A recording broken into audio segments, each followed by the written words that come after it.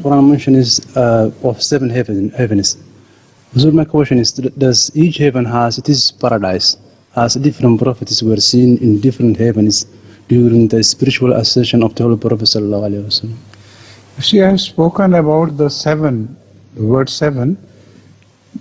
You know what is Subu, Hafta? It's 7 days. Right from the beginning, before any revelation of Allah fell upon, bestowed upon mankind everywhere in the world has been counting Hafta as Asbu for 7 days. So anything repeatable is called 7. So amazingly, our heavens above us, material heavens, are divided into 7. The scientists have divided them into 7. 7 layers. So the word 7 is applicable to anything, Sama Dunya or Sama al-Ukhra, as repeatable. But this question is perhaps carried too far as the heavens is concerned. Jannah is concerned. You don't see in every heaven a Jannah.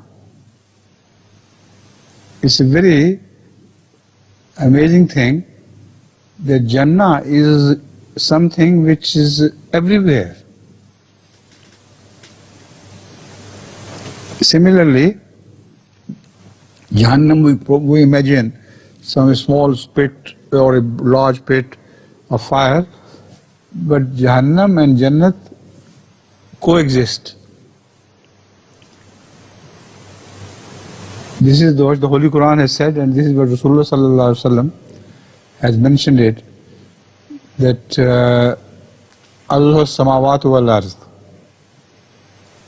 Jannat is something which is extended to all the heavens and earth, everywhere.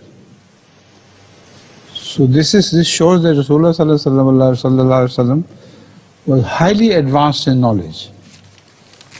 He knew relativity, and he knew that two opposite things can exist together. So whatever Einstein has produced, or these scientists of today, 1400 years ago, Muhammad was told by God that things are relative. They can coexist together. Opposite things can coexist together. And this is highly important for belief in God. He's everywhere. And if you consider how it's amazing.